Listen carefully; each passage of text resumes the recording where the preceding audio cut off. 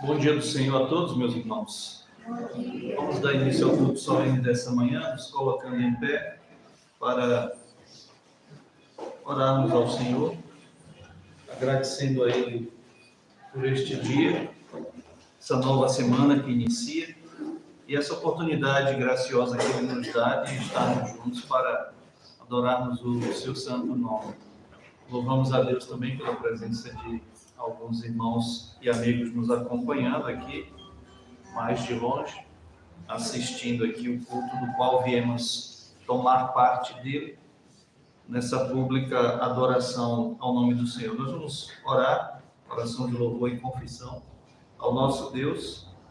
Depois nós nos assentaremos para continuar esse momento de adoração com os cânticos 25 e 15, estão aí na ordem de culto do boletim que vocês receberam. Lembrando aí que sempre a gente tem a atualização do breve catecismo, que é o material que a gente está trabalhando no culto doméstico diário, no canal da igreja. E aí estão as perguntas que nós examinamos, nos utilizamos delas durante essa semana que terminou. Tá bom? Quarto mandamento. Vamos orar, irmãos. Senhor, nós te damos graças nesse momento por este dia bendito que o Senhor nos concede, dia sem igual, dia diferente, ó Deus, dia que o Senhor abençoou, santificou, o separou dos demais dias da criação. O Senhor descansou e no teu descanso, ó Deus, de toda a obra que fizera no decurso de 6 dias, no dia seguinte o Senhor descansou e aquele foi o nosso primeiro dia de vida. E nós te louvamos por teu Filho Jesus, porque mesmo depois da queda, e mesmo depois da igreja, na antiga dispensação do pacto, tem aguardado sempre, até o último dia da semana, a vinda do Messias, quando ele veio e cumpriu a sua obra de redenção por nós. E ao ressuscitar, ele ressuscitou num dia como o de hoje, dia do Senhor. E a partir de então, a tua igreja, na nova dispensação do pacto, na nova aliança, tem se reunido e os teus servos, apóstolos, os primeiros discípulos, quando passaram a se reunir no primeiro dia da semana, ali o Senhor esteve em algumas ocasiões com eles, antes de ser assunto aos céus.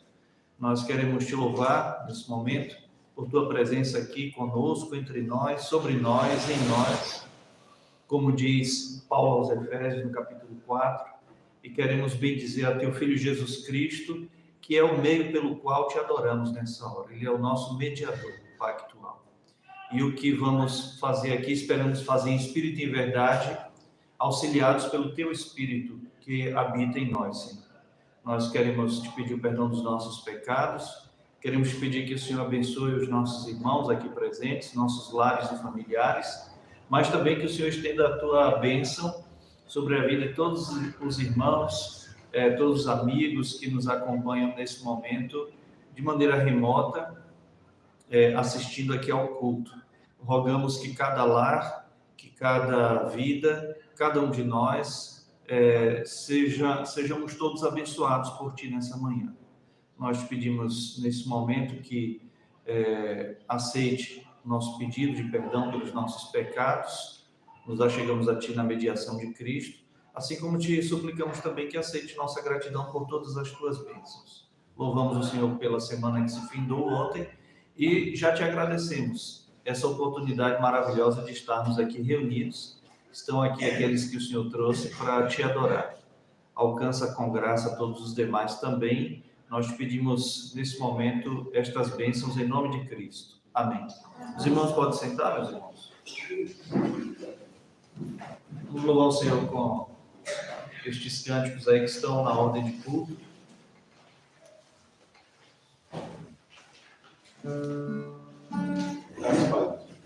Amém.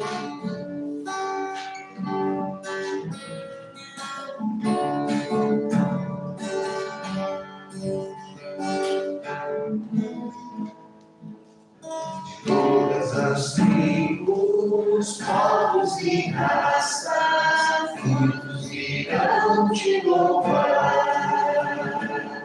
De todas as culturas e nações, veio e no espaço virão te adorar. Bendito seja sempre o Cordeiro, Filho de Deus, Raiz de Davi. Bendito seja o seu santo nome, Cristo Jesus, presente aqui. Pequenos contados, grande multidão, muitos virão te louvar. Povo escolhido, meu reino e nação, no tempo e no espaço virão te adorar. Bendito seja sempre o Cordeiro, Filho de Deus, Raiz de Davi. Bendito seja o seu santo nome, Cristo Jesus, presente aqui. E a nós todos cabe tudo dedicar, oferta sua Senhor. Dons e talentos queremos consagrar, e a vida no teu altar pra teu louvor. Bendito seja sempre o Cordeiro, Filho de Deus, Raiz de Davi. Bendito seja o seu santo nome, Cristo Jesus, presente aqui. Filho de Deus, Raiz de Davi. Bendito seja o seu santo nome, Cristo Jesus, presente aqui.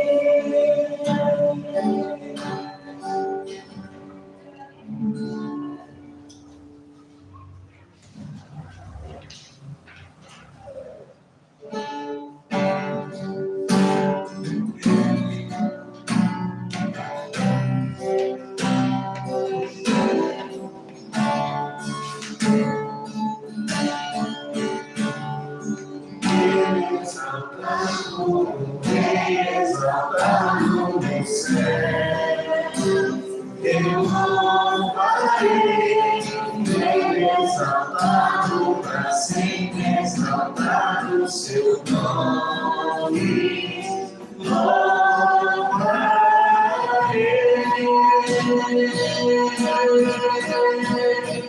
Deus é o Senhor, sua verdade vai sempre reinar. Terra e céus glorificam seu santo nome. Exaltado, exaltado do céu.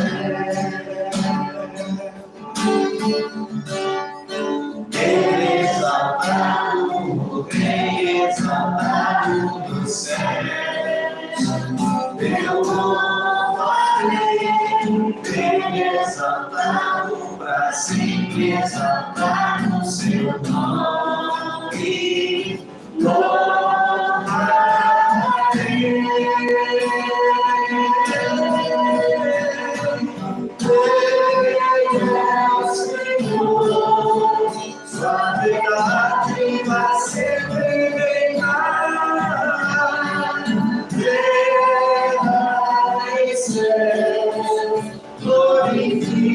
seu santo nome, Ele exaltado, Rei exaltado no céu. Ele exaltado, Rei exaltado no céu. Ele exaltado, Rei exaltado no céu. Vamos orar mais uma vez, meus irmãos? Ficou um pouquinho confusa aí a ordem de culto, eu não sei quem fez. Eu lembrei hoje de olhar o número aí dos cânticos para não ficar aquela procura na hora. Mas aí eu ocupei o neurônio que restou com isso. O outro ficou em repouso para agora, tá certo? Então, acabou ficando um pouco confuso aí. Mas nós vamos ter essa palavra de oração. Nosso irmão presbítero Fabrício. Nosso irmão presbítero Fabrício.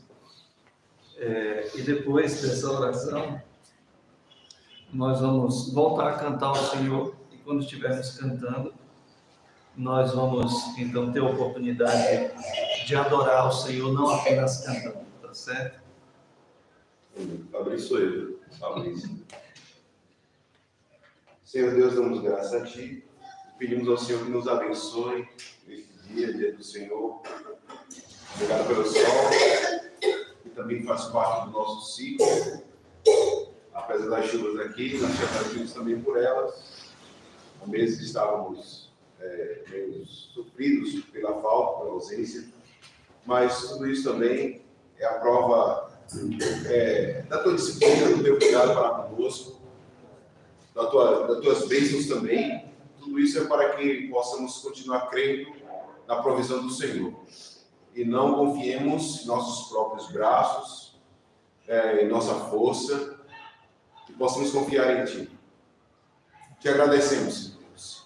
A gente também pedimos misericórdia por aqueles que sofrem no sul do país, seja Santa Catarina, ali, o pessoal do Rio Grande do Sul. Os demais também, em outras regiões, outro tipo de problemas, a violência, a guerra, mas que nesse dia lembrem-se do Senhor, lembrem-se de buscar a Ti, buscar a Tua face. Nós queremos Te agradecer também pelas bênçãos que temos, do trabalho, do recurso que Ele nos traz, do alimento à mesa. Te louvamos por tudo isso. De fato, queremos saúde, necessitamos, para que também possamos estar com os nossos corpos prontos para o Teu louvor, para que o fôlego de vida que o Senhor nos deu, ele seja devolvido ao Senhor em adoração, em louvor e adoração, porque a Tua palavra diz que quem tem fôlego louva o Senhor. Ó Deus, e agora, nesse momento de edificação, pedimos ao Senhor que prepare nossos corações para ouvir a Tua palavra. Temos ouvido aqui estes sermões, baseado naquilo que o Teu servo Paulo, Teu filho, escravo do Senhor, servo, ele trouxe para aqueles irmãos do passado, mas que também serve para nós hoje, para tratar de nós, para nos edificar a Tua palavra. E esse será aqui mais um momento em que ouviremos a Tua palavra pregada pelo Teu servo.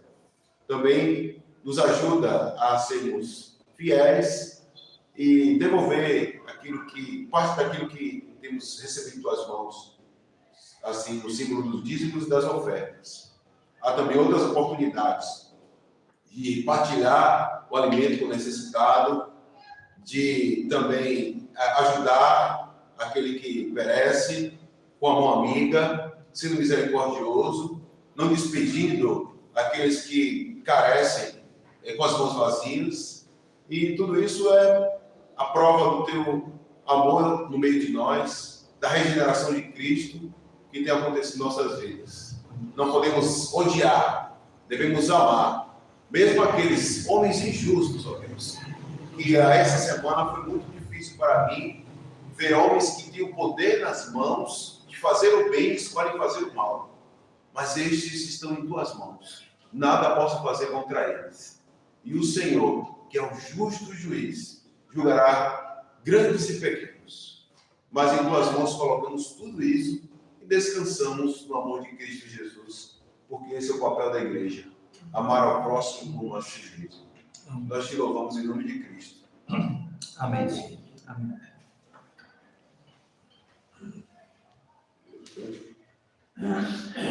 46. Mas não tem. Tem.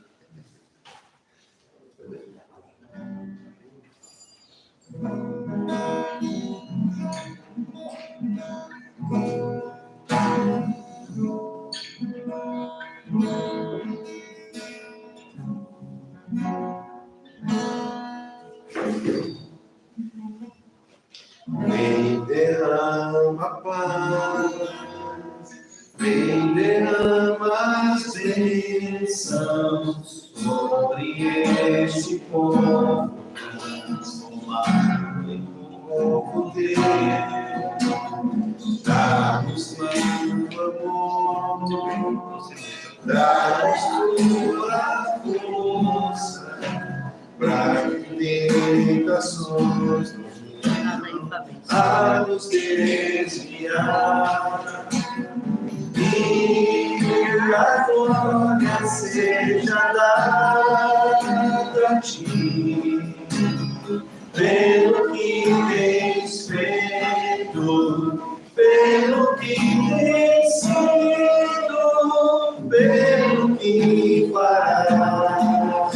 Em nós temos visto a paz.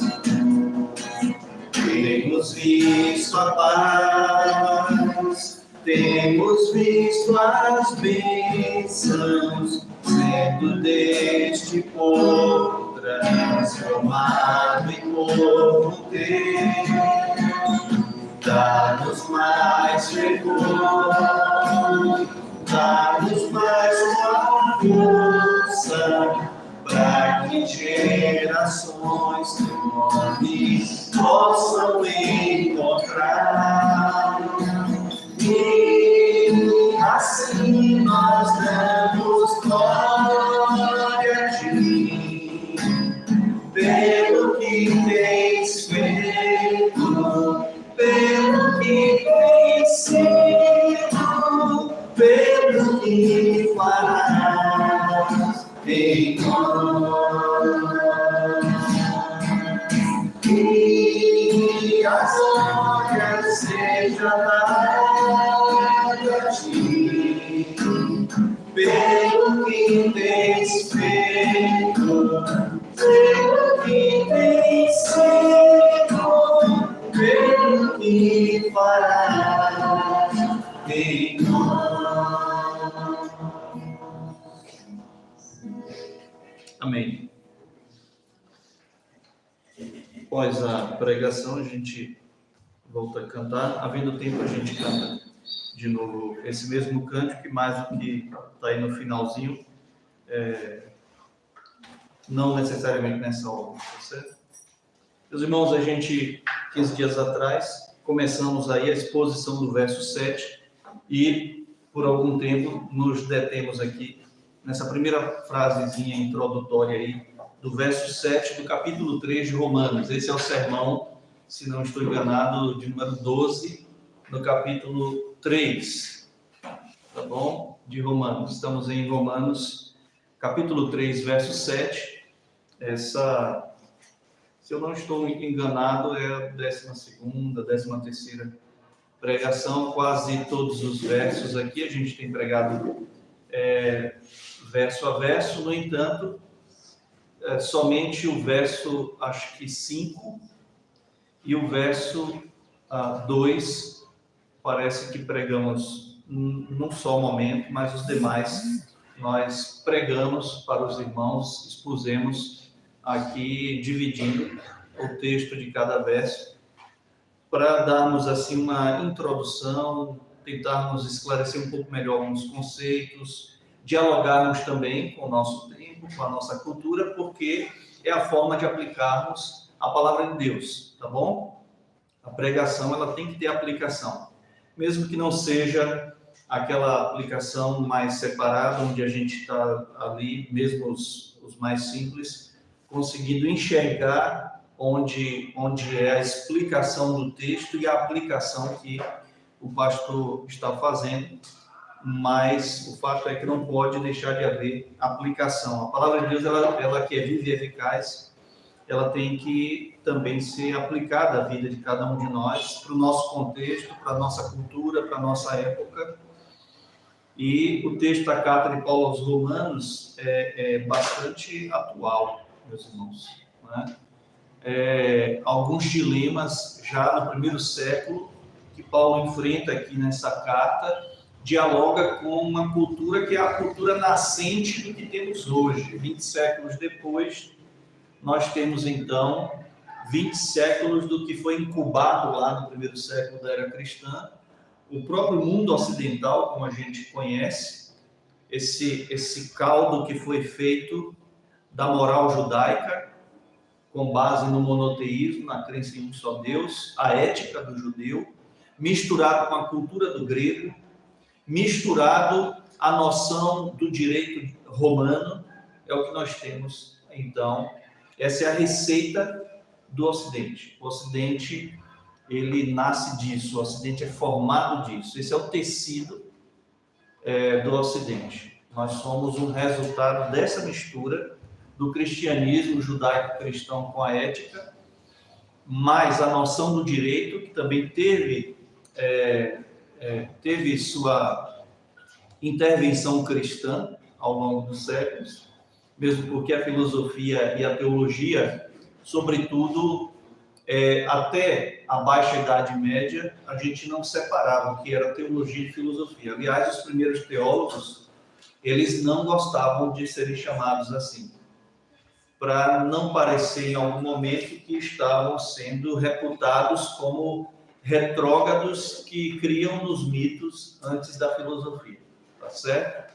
Então, vários filósofos da história da filosofia, na Idade Antiga, já no Ocidente, ali no seu nascedor, desenvolvimento do Ocidente, Idade Média Alta, Idade Média Baixa, tá certo? Os nomes dos teólogos e filósofos são os mesmos praticamente, porque teólogos e filósofos compunham desde o surgimento do cristianismo até a Baixa Idade Média, até o período da Reforma. Chegando ali, já próximo à Reforma, nós temos a teologia e a filosofia se preocupando com assuntos muito próximos, quando não estavam tratando realmente dos mesmos assuntos. Mais tarde, então, depois da Reforma, por motivos que a gente não tem tempo para explicar agora aos irmãos, a gente vai vendo ali uma separação mais sentida, mais notada, mais percebida, tá certo?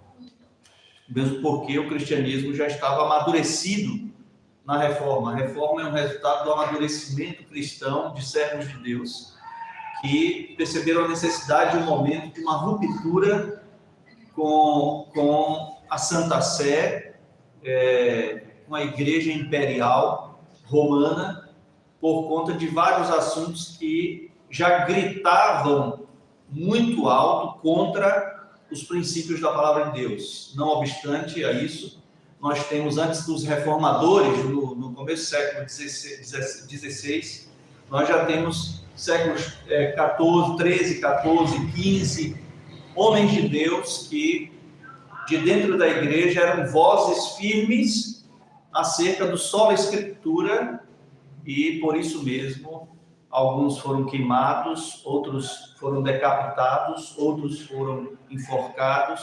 O fato é que padeceram. O próprio Lutero, que é o pai da Reforma, quem dá o pontapé inicial da Reforma, não sendo ele, claro, não sendo ele o principal reformador, o principal veio ser João Calvino, num segundo momento da Reforma, a Reforma Suíça, Genebrina. Nós temos outros gigantes de Deus que, teologicamente, eram maiores do que Lutero, mas não se tornaram conhecidos. Mas nós devemos a Lutero a coragem, o destemor de ir conosco até onde a palavra de Deus vai. E onde ela para, nós paramos. e que Deus nos ajude. Lutero era dono de frases muito fortes, Lutero era muito bocudo, Lutero era um elefante que incomodava muita gente, né? E Lutero, aos 67 anos, ele morreu, um pouco triste, ataque fulminante, 11h30 da manhã, depois de ter dado a liçãozinha do catecismo que ele escreveu para as crianças. Lutero depois despediu os meninos antes do almoço, então ele morre de parada cardíaca, mas morreu triste, segundo a esposa, uma ex-freira, e ele ex-padre, ex-monge, agostiniano. Ele morre frustrado porque Lutero aguardava que o Império Romano fosse buscá-lo em casa. Ele queria ser mártir da igreja e não foi, e ele morreu frustrado, porque muitos outros homens de Deus valorosos morreram, foram sacrificados no altar das paixões dos homens contra a Escritura, e Lutero tinha esse desejo no seu coração também de ser um mártir da igreja. Mas aqui estamos nós, meus irmãos, e compete a nós, nesse projeto glorioso também da vida de nossa igreja, uma igreja que nasce também de um ato de reforma protestante na vida de alguns servos de Deus, que disseram não para o erro, para o pecado e para a conformação da igreja ao pecado, ao erro, ao que está contra a Escritura, e, portanto, a gente segue aqui. Chegou o tempo da gente ter aqui a carta aos Romanos sendo exposta às novas gerações que estão chegando na igreja. Romanos capítulo 3, a gente viu aí já uma primeira partezinha desse capítulo, nos versos de 1 ao 4, que a gente vai comentar daqui a pouco, e agora a gente está caminhando aí para terminar essa segunda partezinha de uma parte maior de 1 ao 8, nós temos agora de 5 ao 8. Eu já declarei à época que expusemos de 1 a 4 a natureza daquilo que estava sendo dito e aplicado para os nossos dias, e agora ficará um pouco mais claro também o que já vimos nos versos 5 e 6. No 7 a gente começou aí trazendo para os irmãos, né, esse alguém imaginário da diatribe, desse diálogo imaginário que Paulo está travando com um possível judeu que se levanta contra alguém que vai debater contra um outro alguém, que no caso é Paulo, que anuncia, prega o evangelho da salvação pela graça. E o judeu, pelos motivos já conhecidos por nós, mas os que ressaltam, como um religioso, quanto mais profissional que o judeu havia se tornado, já naqueles dias, eles eram legalistas, o que sustentava o seu moralismo, baseado também no seu cerimonialismo com as coisas, né? Quando, na verdade, tudo já havia sido abolido. Em Cristo, tudo é abolido, tá?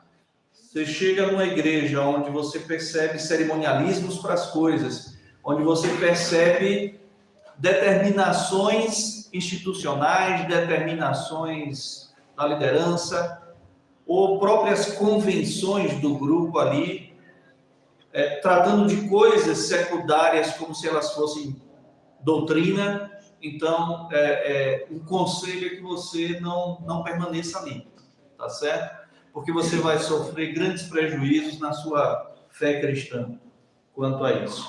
O cristianismo é Cristo e nada mais. E quando Paulo anunciou isso naqueles dias, essa verdade do Evangelho, que o Evangelho é Cristo e nada mais, e que a salvação é pela graça, então Paulo ele mesmo se antecipou como judeu, como um conhecedor da mente do judeu, ele se antecipou. Ele era um homem preparado para essa tarefa, porque Paulo era fariseu de formação. Paulo sabia não apenas como um judeu pensa, ele não só conhece a visão de mundo do judeu, ele também conhecia que tipo de interpretação o religioso judeu dá para as coisas. Então, Paulo, não obstante estar preparado intelectualmente para essa tarefa que Deus deu para ele, ele contou também com o Espírito Santo de Deus que o inspirou a escrever essa carta, esse tratado aqui sobre o Evangelho, tá certo? Aqui, para que a maioria de vocês acompanhem o texto, na linguagem que muitos estão usando aí, que é a ARA, diz assim, o capítulo 3, a partir do verso 1, qual é, pois, a vantagem do judeu? Qual é a utilidade da circuncisão? E aí a resposta de Paulo, muita sobre todos os aspectos, principalmente porque aos judeus foram confiados os oráculos de Deus, a revelação primária de Deus lá atrás. E daí, se alguns não creram, a incredulidade deles virá desfazer a fidelidade de Deus? De maneira nenhuma, seja Deus verdadeiro e mentiroso, todo homem, segundo está escrito, para seres justificado nas tuas palavras e venhas a vencer quando fores julgado. Isso aqui está se dizendo a respeito de Deus, tá certo? Não é de nenhum homem, é a respeito de Deus. E onde é a base disso para Paulo dizer como está escrito? Você nunca vai encontrar as citações de Paulo sendo feitas na mesma linguagem que se encontra no Antigo Testamento. Mas é lá que ele está citando, no Antigo Testamento. Acontece que ele está usando outra versão bíblica, como a gente faz aqui, certo? Ele está usando aqui, muito provavelmente, a Septuaginta, quando faz suas citações. E muitas citações também são livres ao ponto da gente não detectar, a menos que o texto diga que aquilo é uma citação. Muitos textos a gente não sabe. Tem que ter um ouvido muito especializado para saber que aquilo ali é uma citação. Tá? E boa parte, mais da metade do que está escrito no Novo Testamento é do Velho Testamento. No Novo Testamento é a interpretação do Antigo. Tá certo? Então, o texto prossegue aqui dizendo assim, no verso 5. Mas se a nossa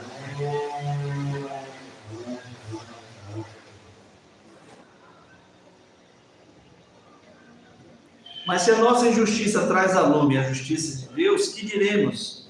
Porventura será Deus injusto por aplicar a sua ira? Falo como homem. Certo que não. No contrário, como julgará Deus o mundo? E se por causa da minha mentira fica em relevo a verdade de Deus para a sua glória, porque sou eu ainda condenado como pecador? Verso 8. E por que não dizemos, como alguns caluniosamente afirmam que o fazemos, pratiquemos males para que venham bens? A condenação destes é justa, é certa e é justa, certo? Aqui na NVT o texto ele ajuda um pouco a gente ver o que a gente precisa observar aqui, ser chamado a atenção.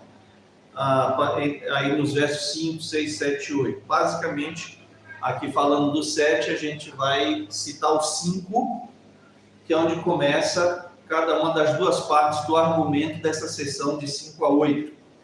Eu sei que para alguns pode estar aí, o pessoal está com o HD rodando aí, tentando encontrar, mas é assim mesmo, funciona assim.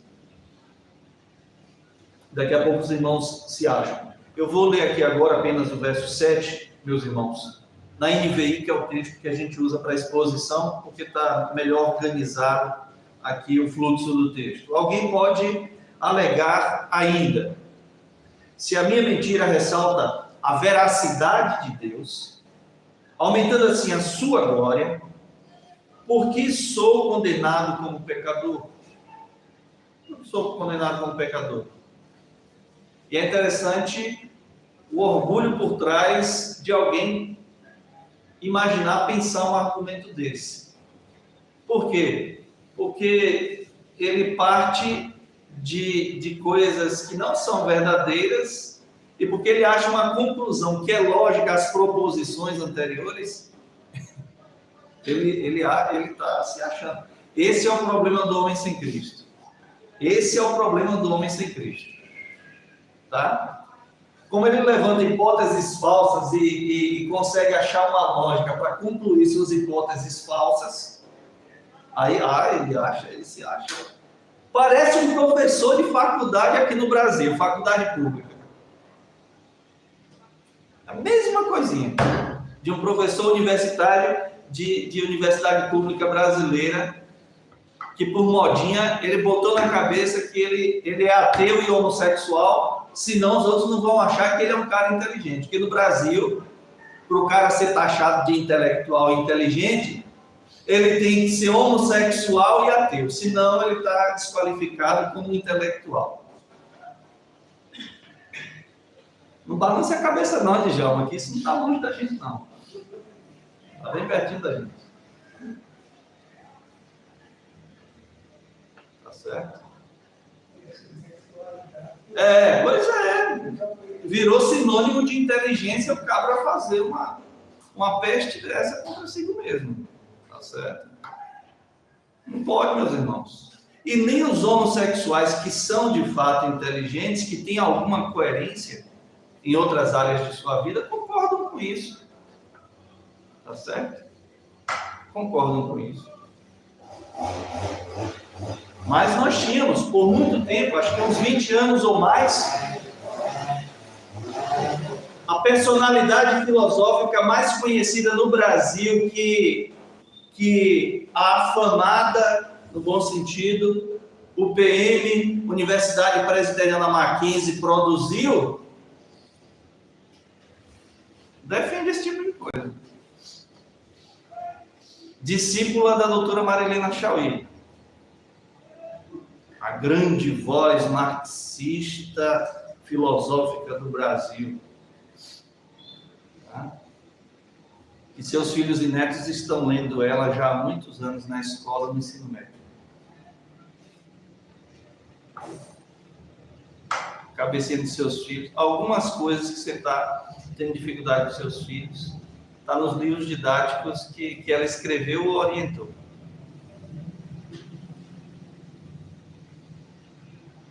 O próprio livro de introdução à filosofia dos meninos do ensino médio nos últimos anos no Brasil é dela, ela escreveu.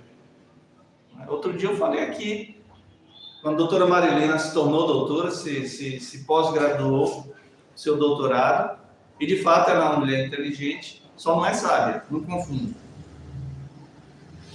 Tá? Só não é sábia. Tá? O que é uma inteligência sem sabedoria nenhuma? O que é ser muito inteligente e não ser nada sábio? Quem não leu ou não assistiu, então assista, já que vocês não vão ler mesmo. Assistam o assalto ao Banco Central, lá em Fortaleza. Os caras, eu fiquei fã daqueles caras, daquela quadrilha lá, os caras muito fera, os caras muito inteligentes, realmente muito sofisticados. Alugaram uma casa, num bairrozinho assim, todo dia eles cavavam um pouco o túnel daqui da casa, do chão da casa, para sair debaixo do cofre lá no Banco Central de Fortaleza. Tinha engenheiro civil na quadrilha, tinha todo tipo de gente. Os caras climatizaram o túnel para conseguir trabalhar lá embaixo, os caras iluminaram o túnel, os caras tiraram toneladas de terra sem chamar a atenção dos vizinhos. Adubo foi? Botar na casa como se fosse a casa de adubo, né? Para sair lá. Ou sim, para justificar a saída do material. Os caras muito, muito inteligentes. Né? E você não faria aquilo ali se você não fosse muito inteligente. Você tinha que ser inteligente e estar cercado de amigos inteligentíssimos também, para pensar tudo direitinho, né? Trabalhar madrugada sem fazer barulho e tal, muito organizados e tal. Isso é inteligência. Se eles não fossem, eles provaram que eles eram inteligentes. Furou o olho de todo mundo. E saíram e fizeram o maior roubo da história. Mas não há sabedoria nisso. Tá certo? Para a gente chegar a ter uma inteligência que nos leve ao conhecimento verdadeiro, e o conhecimento verdadeiro ser praticado, se tornar sabedoria, isso aí você tem que comer um feijão. Não é assim que acontece de hora para outra. Tá? Você ter sabedoria, tá? Um conhecimento que venha de uma mente inteligente, capaz de aprender o que é certo, o que é bom, aquilo que deve preencher a nossa mente, tá? E traduzir isso nas nossas ações. O pessoal que está aqui na internet, se eu sair aqui um pouquinho, é que eu fui ali, viu? Mas volto daqui a pouco. Então, meus irmãos, eu estou me desconcentrando aqui um pouquinho das coisas. O fato é que aqui Paulo, ele vai prosseguir o argumento, e a gente já viu aqui uma boa introdução desse verso 7, para essa primeira frase que diz: alguém pode alegar. Que esse alguém, Paulo já havia citado um alguém imaginário que suscitaria alguns argumentos, como um judeu, como um religioso, quanto mais, que rejeitaria a pregação do evangelho que apresenta uma salvação pela graça. Está aí no verso 5, quando Paulo começa essa segunda metade do texto de 1 a 8, tá bom? Sobre os judeus que não creram na promessa, de 1 a 8. A primeira metade, nos 4 versos, Paulo vai tratar de algo que eu vou relembrá-los daqui a pouco. E no 5, Paulo havia dito, aqui na NVT a gente vê isso melhor, alguém poderia dizer: mas nosso pecado não cumpre um bom propósito, ajudando os outros a verem como Deus é justo? Não é, portanto, uma injustiça Deus nos castigar? E aí Paulo, muito envergonhado, ele dá uma justificativa, entre parênteses, dizendo: esse é um argumento de homens, eu falo como homem, isso aqui é ridículo, mas eu tenho que colocar para vocês. Que é esse alguém do verso 5, que é esse mesmo alguém que ainda dirá no verso 7, o que dirá? Esse alguém, hipoteticamente, é algum judeu que, por causa do seu legalismo, da crença que só se pode ser salvo pela obediência à lei de Deus, e não há quem obedeça, mas ele crê que ele está salvo porque ele tem a lei de Deus e porque ele é circuncidado. E os outros, como é que um outro não judeu é salvo? Se tomar essa lei que é nossa, que Deus nos deu, por meio de Moisés, e obedecê-la e cumpri-la, aí alguém é salvo. Tá certo? Por que Paulo está aqui colocando palavras na boca de um opositor que... Obrigado. Daqui a pouco eu terei que sair por outro motivo.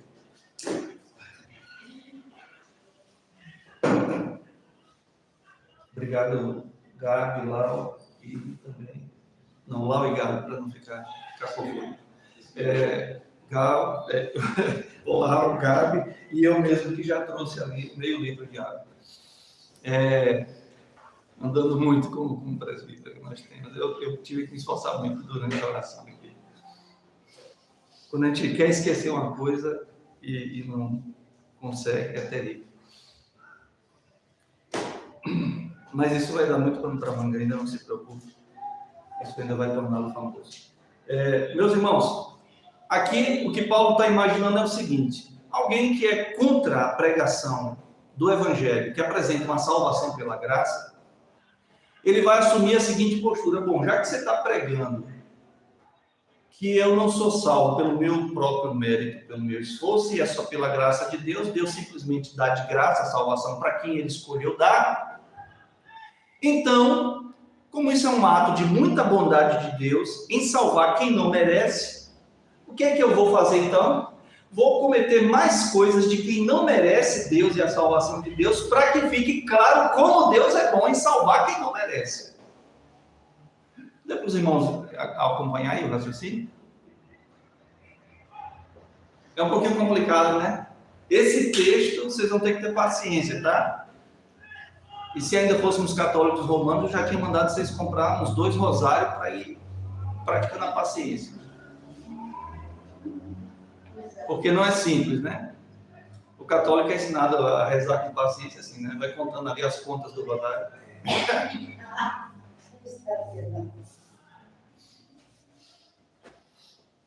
Então, aqui, essa é a base. Eu sei que de primeira assim não dá para a gente pegar, é difícil, tá certo?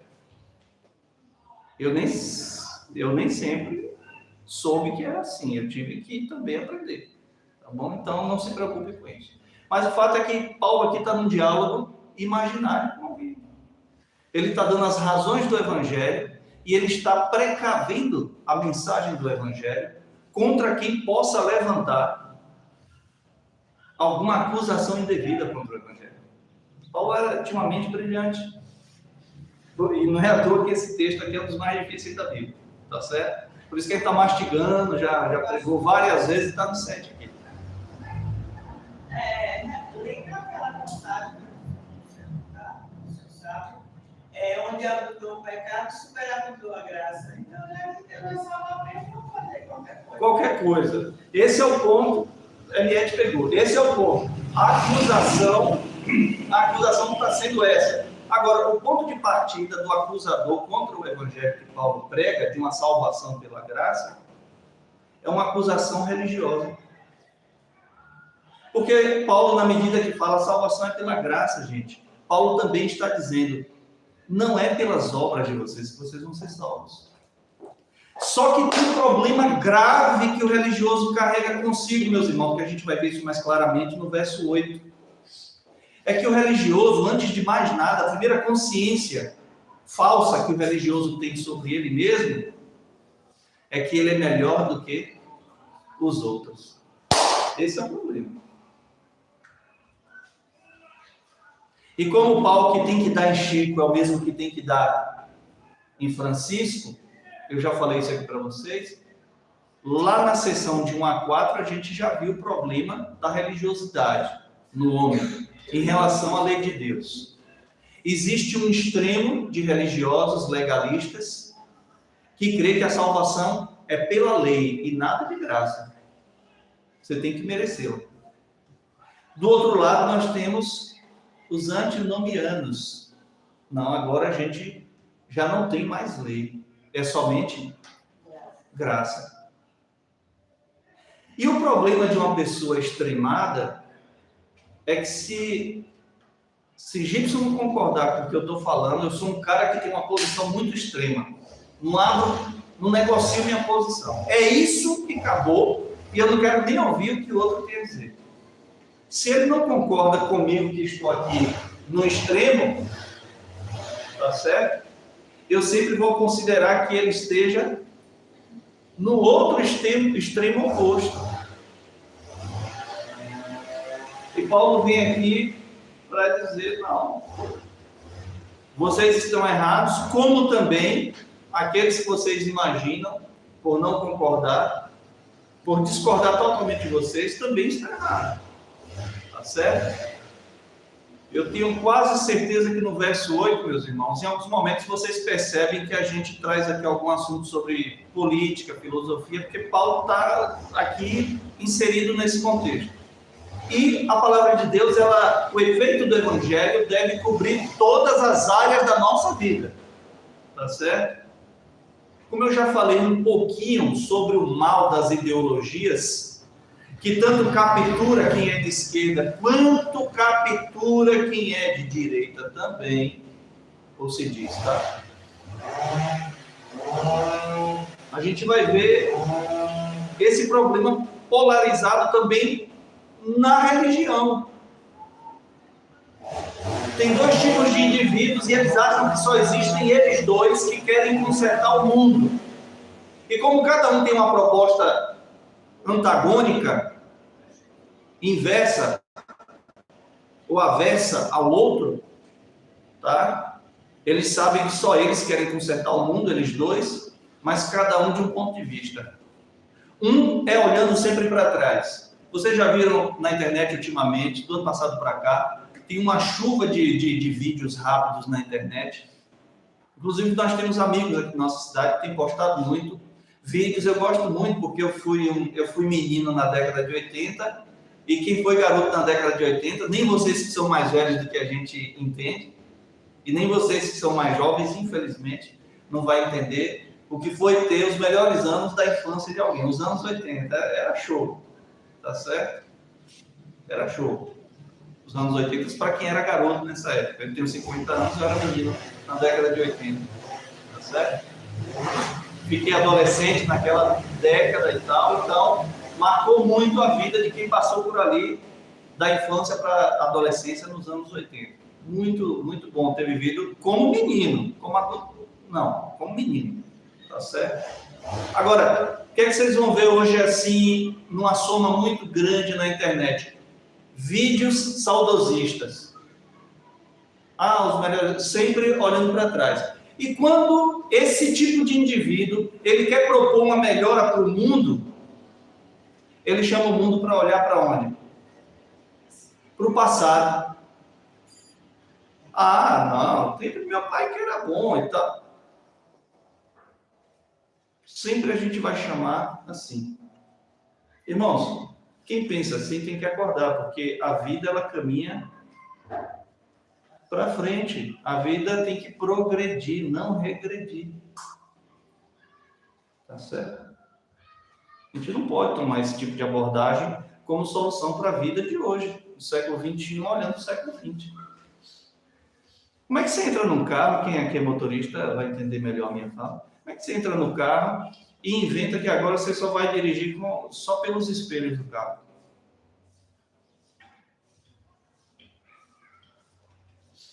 Não dá para você fazer isso. Ali é só uma referência. Quando você precisa lembrar de alguma coisa, ter uma atenção redobrada de alguma coisa, aí você usa. Caso contrário, não. E quem é o outro cara que está no outro extremo? Quem é a outra cara, como dizia Dona Ana, que está no outro extremo?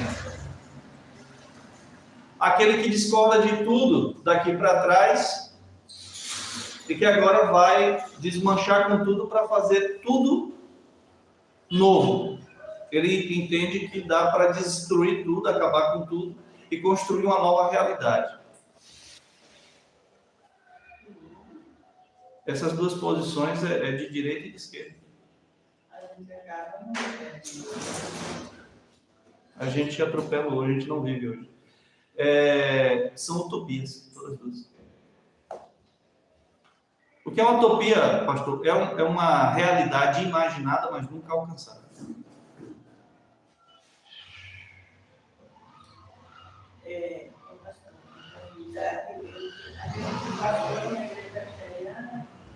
E ele sempre me chamava de saudosista, porque ele percebia o meu gosto pelas coisas que já passaram. Pastor Dagoberto.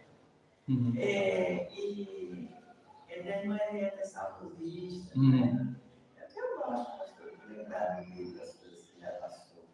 E realmente, às vezes, hoje eu fico assim, a gente gosta de lembrar do que passou, só que quando nós estávamos passando, a gente nem gostava. Mas gostar hoje. Sim. E anseia novas. Sim. E a gente acaba não vivendo. E o passado eu referência. Eu tenho relutado por isso. Sim. Mas não vou deixar de gostar das coisas antigas. Não, a gente não pode nem deve fazer isso. Eu reluto para viver o hoje, aproveitar o hoje. Sim. Você não pode reproduzir o passado hoje. Isso é o erro que está sendo cometido por uma metade. E a outra metade comete que erro. Quer fazer agora o que estou imaginando para o futuro. E normalmente, o homem sem a referência correta, ele vai imaginar esse futuro por conta própria. E ao fazer, ele faz essa imaginação, tá? Ideologia vem disso, tá, irmãos? Ideologia vem de ideia, ideia é uma imagem de uma realidade que não existe. Depois a gente filosofa sobre isso. Eu posso explicar a vocês as partes disso. Tá? Mas aí, o homem tentando fazer esse presente de acordo com o futuro que ele imagina, sendo de acordo com o coração dele, sem as referências da vida, o resultado a gente está vendo aí, em muitas coisas. Nessa ideia de dizer assim, dos meus pais para trás tudo está errado, a gente tem que construir uma nova sociedade. Então a gente vai usar uma palavra de ordem, ressignificar tudo. Aí a gente ouve pastor presbiteriano da Igreja do Brasil, formado com doutorado, em hermenêutica, dando às vezes devocional para suas ovelhas. Esse trabalho é ligado à igreja de Pinheiros, lá em São Paulo. Né? É que eu esqueci o nome, senão eu diria. E aí, em alguns vídeos, você vê lá e fala, não, porque a gente tem que fazer uma releitura do texto. Peraí, gente, peraí, meu irmão. Peraí, cara. Fazer releitura da Bíblia, que diabo é isso?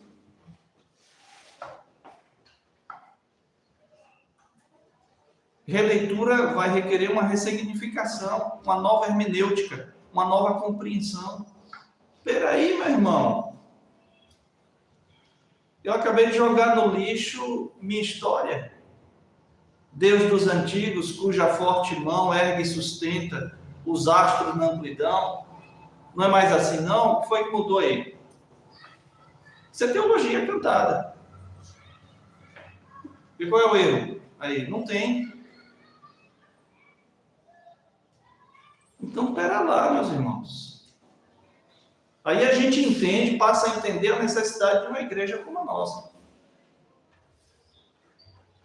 E se esses que estão aqui falharem, pastor, e se a gente abraçar aqui na maioria o pecado, a minoria tem que dever, irmãos. Qual é o dever?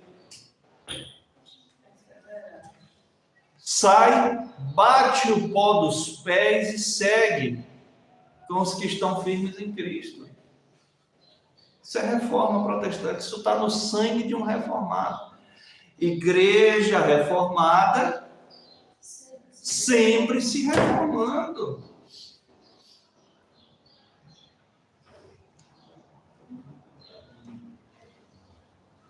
Não, irmãos, é triste. Dói no coração, principalmente para quem sabe o que é que o cara está falando. Isso é um tapa na cara. Você ouve isso, você engole a saliva com dificuldade.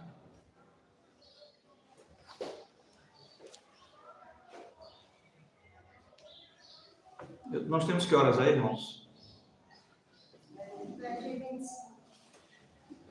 Eu vou passar aqui para o esboço, não é tão longo assim, tá? Mas apenas para a gente fechar aqui, essas ferramentas para que os irmãos vá apanhando para a gente compreender melhor o que vai ouvindo depois. Paulo está lidando com esta situação. Ele quis ir a Roma se apresentar pessoalmente. Não conseguiu nenhuma, nem duas, nem três vezes. Com 3 meses, então, tentando, ele parte para escrever a carta e se apresentar. E ele fala do Evangelho e mostra que sabe o que é o Evangelho. E uma coisa genial que Paulo faz em Romanos. Ele consegue antecipar em uma única resposta todo tipo e em quanta quantidade vier a surgir na mente do leitor da carta, a resposta está antecipada. Ele responde para depois perguntar, tá certo? Daqui a pouco vocês entendem isso melhor. Então, Paulo aqui, ele apresenta o Evangelho como a solução de Deus para o homem que não tem solução. Então, qual é a natureza desse homem? Ele fala da depravação total. Está tudo no capítulo 1 isso aqui. No capítulo 2, ele lida com um religioso contumaz,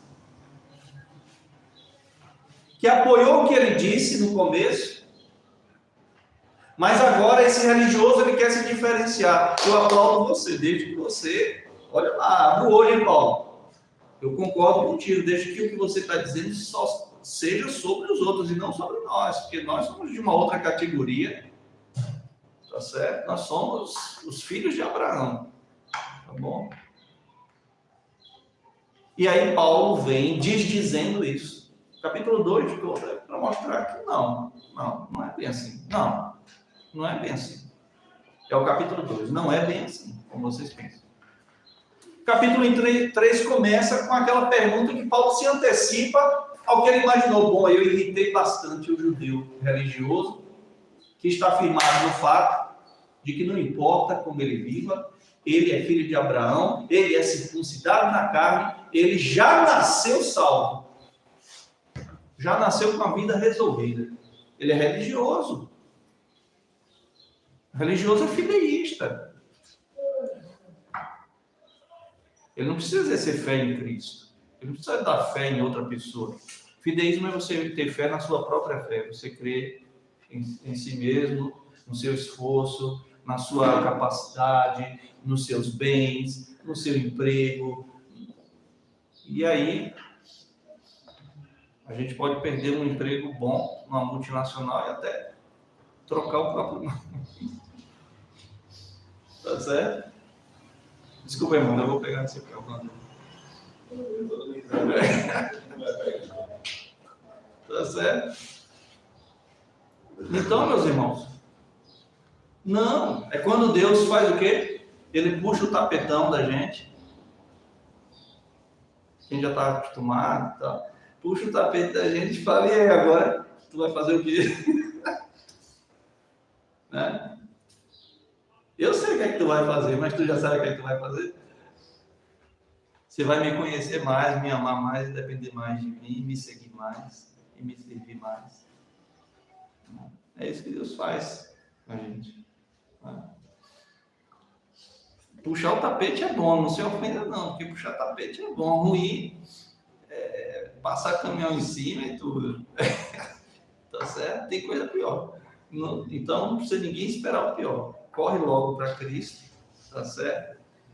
Para que ele não tenha que usar outros expedientes do seu amor conosco. E ele usa, tá certo? Se ele precisar usar. Então, meus irmãos, o que temos aqui é o seguinte: alguém pode alegar ainda, e aí a gente teve aqui um tempão tratando em cima dessa frase, e eu quero acreditar que há 15 dias atrás vocês conseguem lembrar os motivos até que fez com que aquela pregação não fosse nem vista direito aqui no canal, porque a gente tratou de justiça. Não sei se vocês lembram. Sobre a deusa da justiça, a balança, a venda nos olhos. E o homem achando que a doidinha da justiça, que é cega, que tinha uma venda para não incomodar os olhos cegos, tinha uma balança de precisão na mão e ia conseguir fazer justiça sendo cega com o olho tampado. Ô, gente, pelo amor de Deus. Pelo amor de Deus, que idade que a gente tem? Quer dizer, o homem achou que chegou na idade das luzes, século XIX, e aí no século XX, não, cansei. Fez que nem aquela brincadeira boba que a gente faz com um povo super inteligente, que foram nossos colonizadores, né? O brasileiro faz e diz que foi o português, sempre é assim, né? O português nadou, quando estava algumas braçadas, chegar do outro lado do oceano, ele cansou. Quando ele viu que ele cansou, o que ele fez? Voltou. Mas nunca um português faria isso. Mas isso quem fez foi a gente. Isso quem faz todo dia é a gente. Tá certo? O brasileiro age assim. Né? Mas aí a humanidade achou de fazer isso. Os bichões, os sabidões, né? A justiça está muito justa. Vamos voltar lá para a mitologia. Qual é a personificação reformada da justiça? Uma rainha da justiça com uma espada desembaiada à mão, apontando para baixo. E na ponta da espada embaixo, a espada repousa sobre o quê? Qual é a base da justiça? A lei de Deus, Escritura Sagrada. Não, mas está no século XXI e ninguém sabe a resposta porque que os Estados Unidos é a nação mais justa do mundo, né? Ninguém sabe. Certo. Com uma única Constituição que nunca precisou mudar, de 33 artigos pétreos, cláusulas pétreas, baseada no decálogo da lei de Deus. E olha que os pais fundadores dos Estados Unidos, atenção aí você que vai fazer Enem, tá? Saiba a resposta disso, mas não bota lá no Enem, não. Tá? É que na fundação os pais ali eram cristãos, sim, mas eles não eram necessariamente teístas, eles eram deístas. Eles eram deístas. Foi a filosofia, foi a teologia que orientou a filosofia norte-americana do século XIX. Que é isso, pastor? O deísmo. A crença que o universo é uma máquina que Deus realmente criou, mas tornou-la autônoma. Não precisa da intervenção de Deus. Quem são os deístas mais próximos da gente? Deístas práticos, religiosos. Os TJ. Como é que eles explicam o mal? Qual é a teoria do mal para um TJ? Sendo que ele sabe que Deus é de fato bom, como é que um Deus bom... E aí vem aquela pergunta, não muito teológica, mas todo mundo faz. Como é que um Deus bom permite que as coisas, que o mal aconteça? Né? É uma pergunta até válida, essa pergunta. Então Deus não está presente, então isso, então aquilo, outro. Né? E aí na teologia a gente já sabe, assim como na filosofia, não existe respostas rápidas para as coisas. Você já reparou que a pessoa que quer uma resposta sim ou não, me diz aí ligeiro que eu estou com pressa, nunca sabe nada.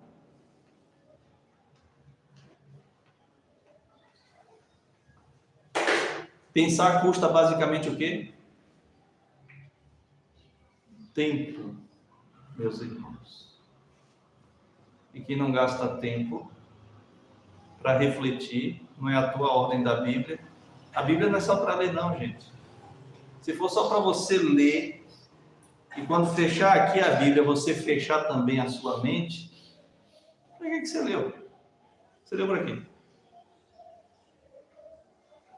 O mandamento não é nem... Não existe um mandamento, leia as Escrituras com tanta força como existe no Antigo e no Novo Testamento o mandamento, medite na lei do Senhor.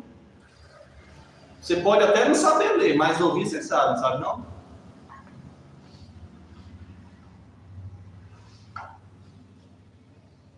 Então ouça e medite. É por isso que o verdadeiro crente, ele dá audiência à pregação da palavra de Deus. Porque a fé não vem pela leitura da Bíblia. A fé vem pela pregação. E a pregação pela palavra de Cristo. A fé vem pelo ouvir, que é como a gente convencionou. A gente deu essa interpretação para o texto de Romanos 10, 17. Mas eu também não leio nem ouço. Não tem problema. A gente arruma quem fale com você, com sinais, com libras. Você vai entender tudinho, certinho. Alguém pode alegar ainda, se a minha mentira ressalta a veracidade de Deus, e eu coloquei reticências porque eu não li tudo, é o que o apóstolo Paulo coloca como primeira parte de um segundo argumento de certo alguém imaginário. Lembremos que nesse capítulo 3, versos de 1 ao 4, Paulo argumentou em resposta ao possível, e eu falei disso lá atrás, algum tempo atrás, ao possível cancelamento de reputação de quem prega o Evangelho de Deus e até mesmo o cancelamento da reputação do Deus que é pregado nesse Evangelho da salvação pela graça. Agora, entre os versículos 5 e 8, o apóstolo esteve argumentando em defesa ao ataque chamado ad hominem. Desse mesmo certo alguém, do verso 5. Esse alguém, no verso 7, pode ainda, é porque é o mesmo alguém lá no verso 5. Agora, entre os versos 5 e 8, o apóstolo esteve argumentando em defesa ao ataque ad hominem, que ele mesmo sofre ali, desse mesmo certo alguém do verso 5, que já vimos, e do verso 7, que estamos agora examinando. Para um melhor entendimento de nossa parte, é importante que saibamos ser o argumento ad hominem uma maneira de falácia, geralmente raivosa, contra quem argumenta diferente do que cremos. E, infelizmente, esse não é um problema só de quem é de esquerda. Esse é um problema de quem se reputa de direita também. Quer testar na prática isso? Que desejo a maioria das pessoas que hoje no Brasil se dizem de direita sente pelo seu adversário que se diz de esquerda? O que é que ele deseja no coração contra essas pessoas? Tomara que morra. De pronto eu sei que, adotando uma ideologia, eu já falei para vocês, igreja é outro reino, é o reino dos céus. Nós estamos aqui transitando entre duas cidades, vocês percebem isso? Santo Agostinho. Já somos da cidade celeste, mas ainda estamos na cidade dos homens.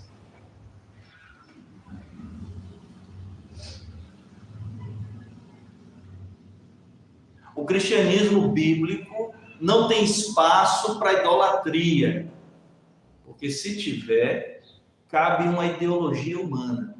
E para caber uma ideologia humana, que tem raízes religiosas, eu preciso de um Deus ou de deuses para sustentar minha narrativa ideológica, seja de esquerda, seja de direita. Quando é que um assunto político vai afetar? Vocês já me viram afetados por alguma conversa política?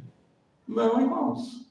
Eu já nasci assim? Não, eu tive que aprender que está errado. Não pode, você não pode se afetar. Não é? Se você se afetou, essa afetação é de natureza religiosa. Então, cuidado. Que não vai adiantar nada você tentar ganhar o mundo inteiro num abraço, a custo de perder o quê? A sua própria alma.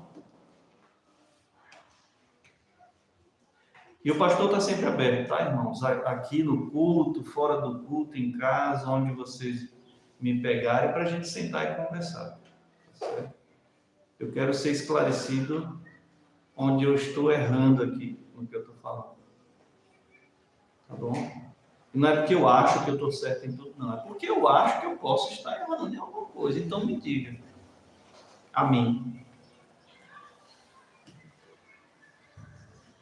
Ok? Cristão já tem o cristianismo. Ele não precisa de ideologias. Está claro isso para vocês? Qual é a filosofia de um crente? O cristianismo. Veja, a gente já tem o ismo. Todo mundo tem ismos? Nós também temos, pronto. O meu é o cristianismo. Esse é o ismo que eu tenho. Eu não tenho e nem posso ter outro. Porque esse é o tipo de ismo que não está aberto à concorrência com nenhum outro ismo. Está claro isso, irmãos? Se eu me declaro um homem de direita, eu vou adotar uma ideologia que me impede de amar o meu próximo como a mim mesmo. E nisso a esquerda leva uma vantagem. É que é uma ideologia má, de essência má, de natureza má. E o que é que eles fazem? Eles não escondem isso. E quem adota a ideologia de direita? Na sua maioria, são religiosos. Vocês percebem que tipo de buraco do inferno muitas vezes a gente nem enfiou a mão para tentar sentir o que é que tem lá dentro. A gente enfia a cabeça para olhar.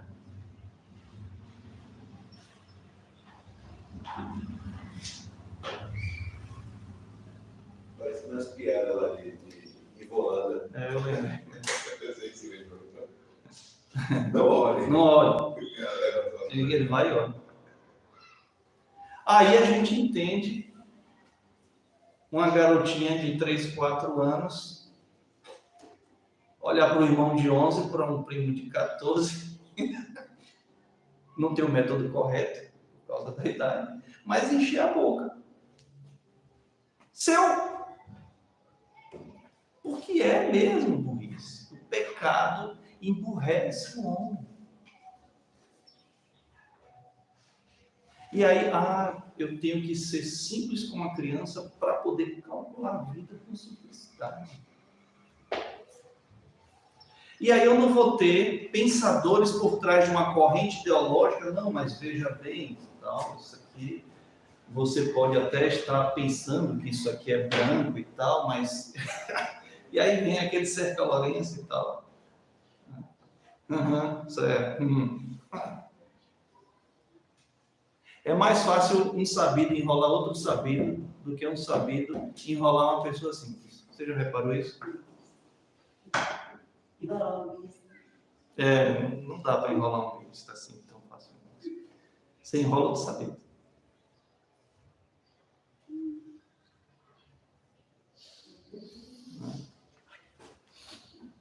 Então, meus irmãos, geralmente é raivosa a falácia ideológica de qualquer espectro, tá? Porque o mal que o outro quer para mim é o mal que eu também estou querendo para o outro. Então, qual é a diferença, filho? Diz a diferença moral. Não, pastor, peraí, tem diferenças aqui, a gente quer uma coisa boa, eu concordo. Uma escola com mais rigor, com mais ordem, para ajudar a molecada a melhorar como gente, tá certo. Agora, isso tem que ser a esse custo? Tem que ser se igualando moralmente ao opositor de ideias? Não, gente, vai, que é isso? Perdeu todo o parâmetro aí. Não faz sentido, a conta não fecha. Para um cristão não, tá? Estou falando como homem cristão, como homem da Bíblia, como homem da reforma. Não tenho outros vínculos, outros créditos, não tenho e nem quero ter.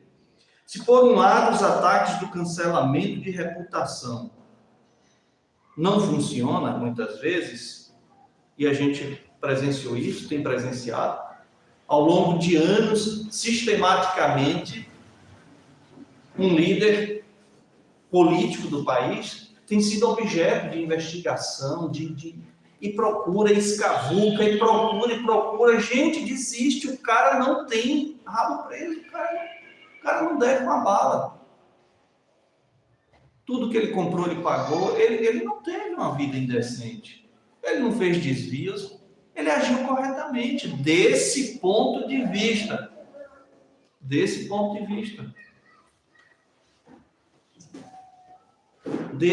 vista, que não são todos os pontos de vista, meus irmãos. Então, esse ataque do cancelamento, quando ele não funciona, você sabe qual vai ser a abordagem seguinte, quando eu não consigo atingir a moral de chipéu, só porque eu não gosto de chipéu? Eu vou usar esse segundo expediente. O primeiro expediente está aí nos versos de 1 a 4. Se tentou cancelar a reputação de quem prega a salvação pela graça e o Deus da graça na salvação. Não funcionou? Não achou nada de errado? Então eu parto para atacar o próprio adversário, o próprio que tem um argumento diferente do meu, que é o ataque, é o argumento ad hominem. É isso que está sendo feito aqui, e Paulo está se precavendo nesses dois, se alguém disser, e ainda se alguém disser, Paulo está enxergando, está colocando esse alguém como um possível opositor que está atacando os argumentos contra o Evangelho, na medida em que ataca o pregador do Evangelho. Tá? Se por um lado os ataques do cancelamento de reputação não funcionam, apela-se à linguagem do campo informal. Eu já não vou discutir as coisas que têm que ser discutidas, tá certo? Corretamente. E aí eu vou partir para um bate-boca. E que Paulo fala sobre bate-boca, muito constrangido, no final aí do verso 5. meus irmãos? Quem está com a NVI aí?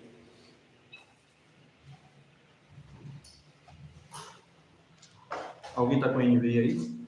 Lê o verso 5, por favor, aí, presbítero. Mas, se a nossa injustiça ressalta de maneira ainda mais clara a justiça de Deus, o que diremos? Que Deus é injusto por aplicar a sua ira? Eu estou usando o argumento humano. Eu já parti aqui para o bate-boca, eu já estou esculachando aqui. É como se Paulo dissesse isso nos nossos dias. Eu já não estou nem mais levantando argumentos plausíveis. Eu já não estou nem fazendo as conexões certas. Como é que um Deus assim vai se satisfazer com a minha procedência assada? Ele não se satisfaz. E aí Paulo percebe o absurdo desse tipo de argumento que alguém pode levantar contra a pregação da salvação pela graça, ao ponto de dizer, ó, a gente aqui já saiu até da esteira da teologia, da filosofia. A gente já está falando como qualquer um aqui. Eu já estou falando como qualquer um. Eu já estou usando argumentos aqui que são absurdos, gente. Argumentos que, se vocês mesmos levarem a rigor, nem vocês vão concordar, porque é contra a razão. Se não é contra o tipo de fé que você tem, mas pelo menos vai ficar contra a forma de raciocinarmos as coisas. A não ser que você já assumiu de uma vez por todas de que o certo é o errado e o errado é o certo.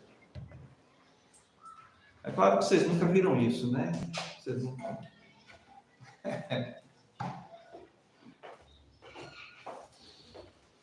Se por um lado os ataques do cancelamento e reputação não funcionam, apela-se à linguagem do campo informal, o chamado bate-boca, que Paulo disse constrangido no final do verso 5, que estava já usando argumento baixo de homem em relação às coisas de Deus. O argumento ad hominem, meus irmãos, é um ataque ao outro debatedor, por quem o utiliza, e que não tem condições para examinar o conteúdo da fala do seu adversário. Quer dizer, como é que funciona na prática? Você me diz uma coisa que você acha que está certo, você quer me convencer, você quer me impor sua ideia, eu discordo e te dou razões para isso. Eu falo claramente para você, colocando todos os pingos nos is e as vírgulas nos lugares certos. Quando você vê que não tem mais argumento para me vencer no argumento, o que é que você faz? Você me esculhamba e me xinga. E grita. O discurso vira uma gritaria. Por quê? Porque você não foi capaz de rebater o que você ouviu. Esse é o argumento ad hominem. Quando eu ataco o outro, porque eu não consigo vencê-lo no debate justo, correto, honesto. Quem é que faz isso? Olhando aqui para o nosso cercadinho de igreja. O religioso profissional. Graças a Deus eu até tenho estranhado porque que eu não sou xingado aqui no canal. Mas eu sei que tem um bocado de gente com raiva das minhas falas. Eu tenho consciência disso. Um pastor querido, amigo meu, já chegou para mim, já se aproximou de mim, pastor, e até usei um estudo seu lá na igreja e tal, parabéns, continue, é claro, ele não vai mostrar o canal para as ovelhas dele, mas já falou, rapaz, pegue leve e tal, porque assim, né, tal. O importante, ele quis me explicar a vida naquele dia, o importante é que a gente tenha unidade, que a gente, peraí, pastor, peraí, tá certo? A verdade, quantas vezes? Sempre. Somente a verdade. A paz entre nós, se possível. Mas a verdade não se negocia. Ah, você vai perder a afeição da sua mãe. Minha mãe, eu lhe peço perdão, tá? Mas se estiver errado, tá errado.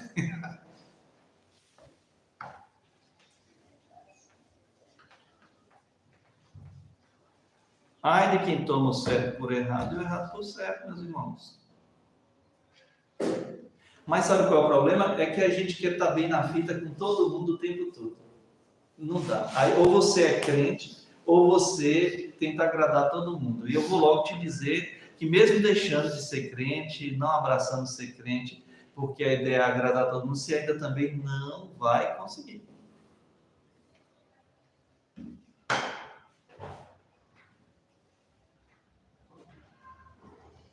Eu até uns 15 anos atrás, eu era o cara mais preocupado com isso. Uma coisa boa restou daquele tempo. É que se eu perceber que não está bem entre eu e Chipé, não está bem entre eu e Márcia, eu vou pessoalmente perguntar, vai tudo bem? Está tudo bem?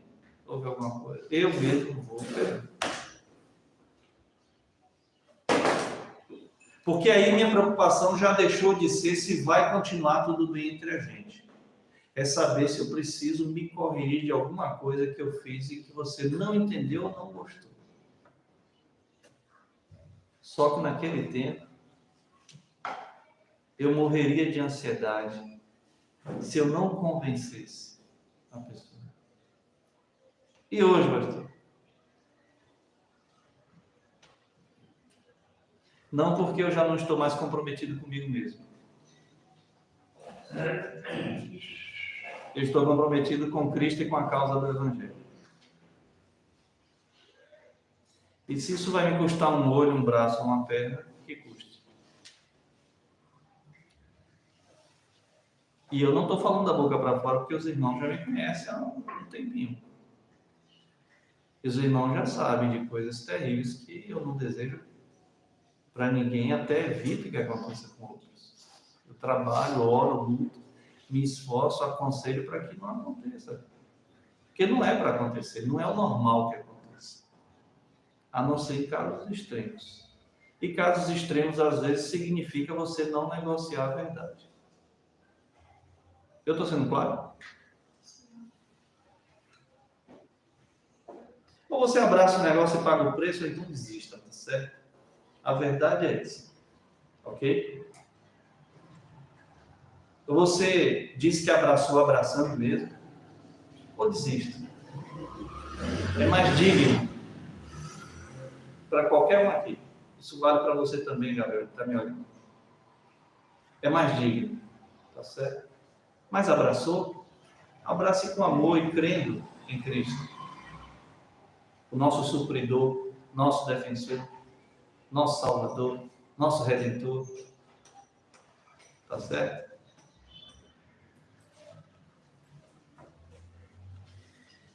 O argumento ad hominem é um ataque ao outro debatedor por quem o utiliza e não tem condições para examinar o conteúdo da fala do outro.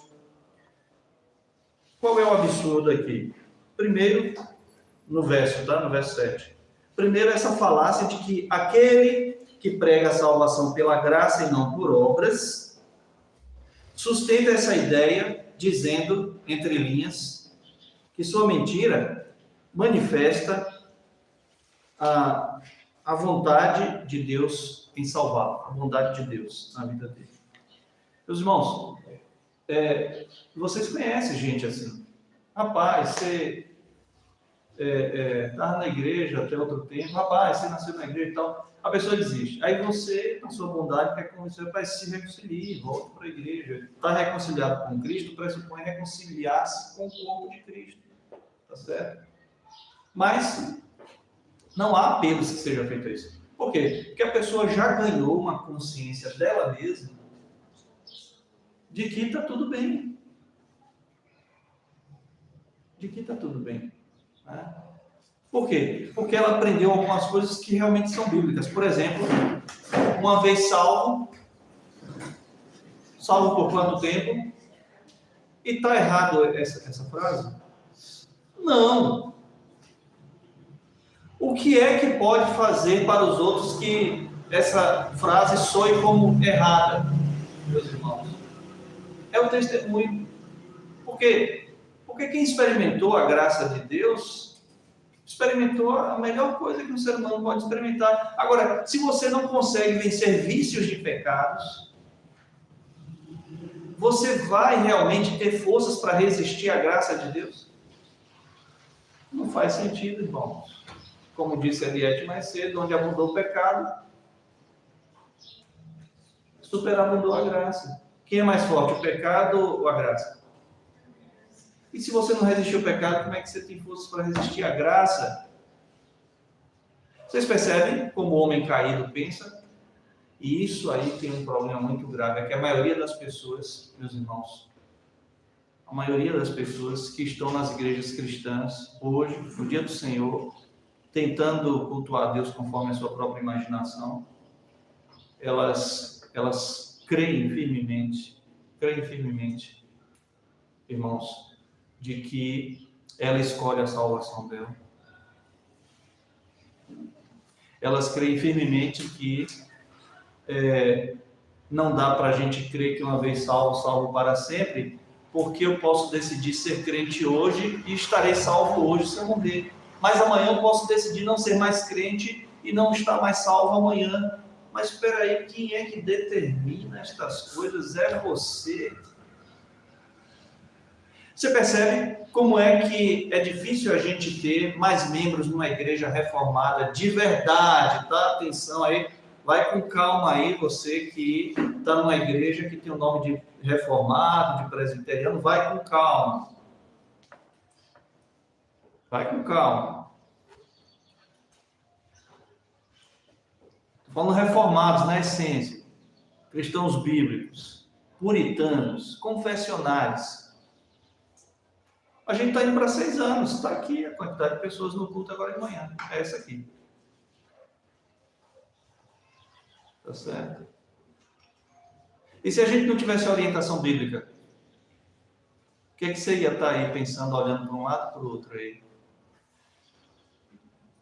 Como é que eu, como pastor, estaria? Depois de 6 anos?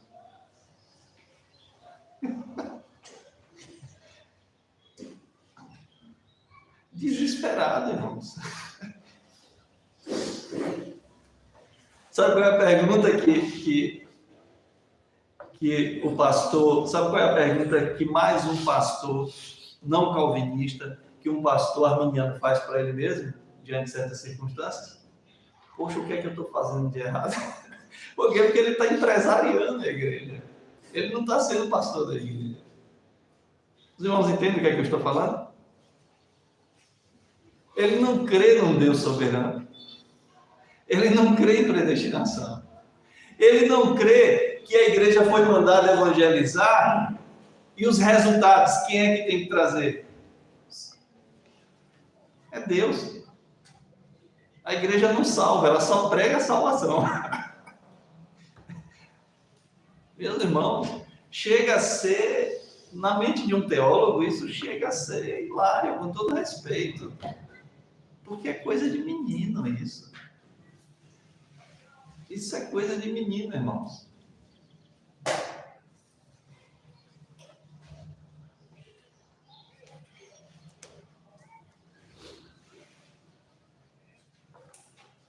De modo que eu me perdi aqui todo.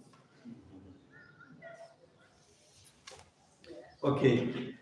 Mas para fazer essa acusação contra a pregação de Paulo, eles teriam que retornar ao verso 18, irmãos. Para fazer uma acusação, e essa acusação ser honesta da parte de quem disse, não, você está pregando uma salvação pela graça, onde eu não tenho que fazer nada para eu mesmo me salvar. Paulo diz, não tem o que você faça para você ser salvo, não é? É por isso que a salvação é pela graça. Ou Deus te dá, ou você nunca vai ter. Que não há o que você faça. Porque você carrega uma Bíblia debaixo do braço? É por isso que você vai ser salvo? Porque você foi batizado um dia? É por isso que você acha que vai ser salvo? Por isso. Você foi batizado. Ou porque tem uma Bíblia.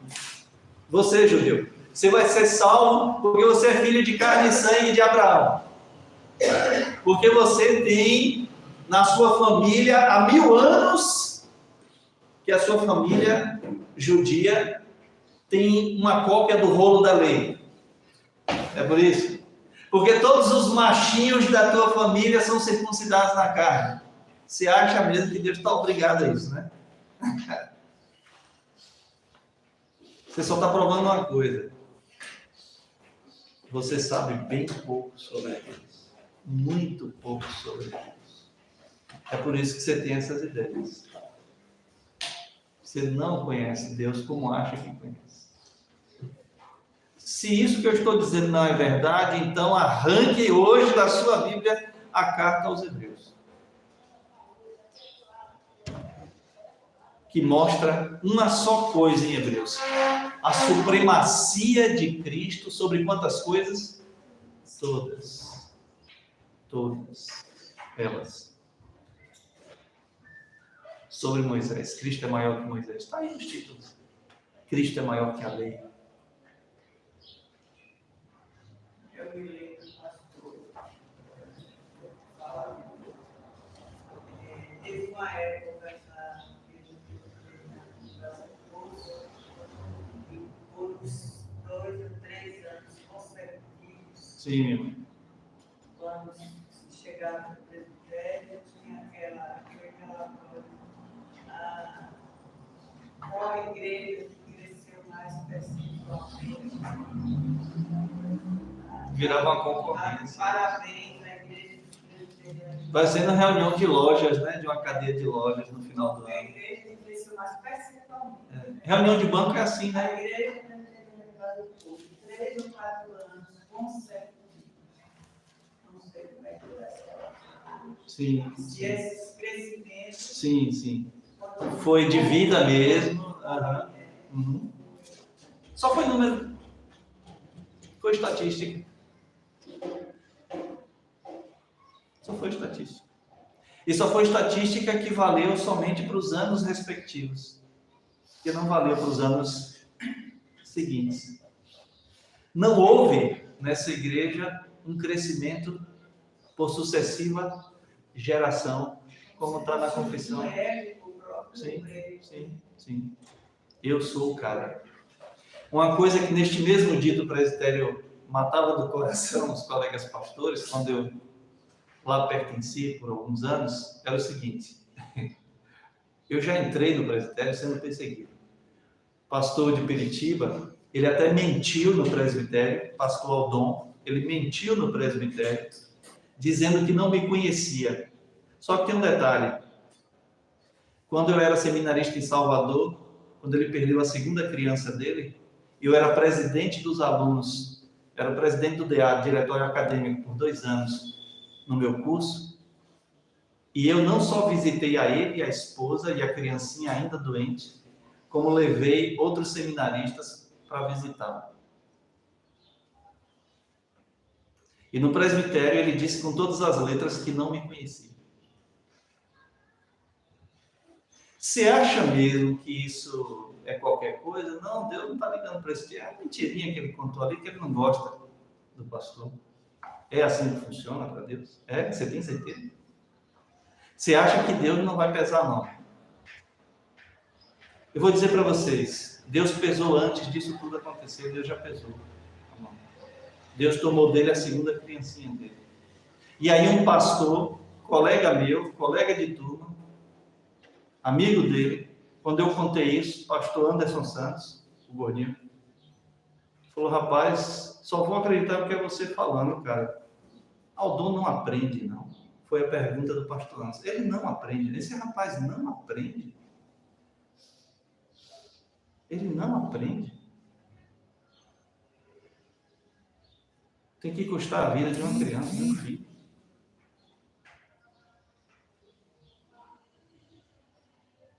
É duro, irmãos. É duro. Certo? Verso 18 aí do capítulo 1, que foi mesmo que Paulo disse, que eles deveriam ter levado em consideração. Aquele relógio ali está certo? O Chipel já olhou ali. Tá?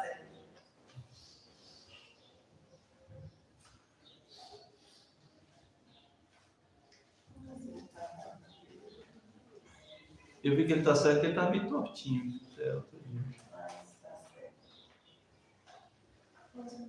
Eu já vou terminar. O que é que diz aí o verso 18 do capítulo 1? A ira de Deus se revela do céu contra toda impiedade e injustiça dos seres humanos que, por meio da sua injustiça, suprimem a verdade de Deus. Agora, como é que esta mesma criatura que leu isso na carta vai, é claro que é um diálogo imaginário, essa criatura aí do diálogo, ela não existe fisicamente, é uma hipótese de Paulo. Mas Paulo está seguindo a forma deles raciocinarem, que leva a esse tipo de argumento. E, de fato, os judeus pensam da forma que Paulo colocou aí. Tá? Agora, como é que se acaba de ler, instantes antes da carta, que a ira de Deus se manifesta do céu contra toda a sorte de impiedade e injustiça dos homens que escondem a verdade, mas não esconder de qualquer jeito. Eles sufocam, tentam matar a verdade por asfixia, por afogamento, para colocar a mentira no lugar, a injustiça no lugar. E aí vai e fala, não, essa pregação que você está dando, desse mesmo Deus que tem esse tipo de ira contra esse tipo de homem, ele vai e formula um argumento que, se a salvação é pela graça, então é justo que, se você mente mais, você torna mais relevante a verdade de Deus. Você endoidou? O que é isso? Que tipo de pensamento doido é esse, meus irmãos? Mas é assim que pensa o homem sem Cristo. Seja ele um ímpio assumido, seja ele um religioso, que é um ímpio que pertence à religião. É um ímpio que está numa igreja, mas que não passou pela metanoia, que o presbítero sempre gosta de dizer. Não passou pela mudança de sua mente. E sabe por que a gente raciocina da forma que raciocina? Não está aqui na copa da árvore, não. Está na raiz. Está na raiz. A árvore aqui, ela se apresenta de acordo com aquilo que ela se alimenta nas suas raízes. O que você crê determina como você pensa. E o que você pensa determina o que você faz e fala.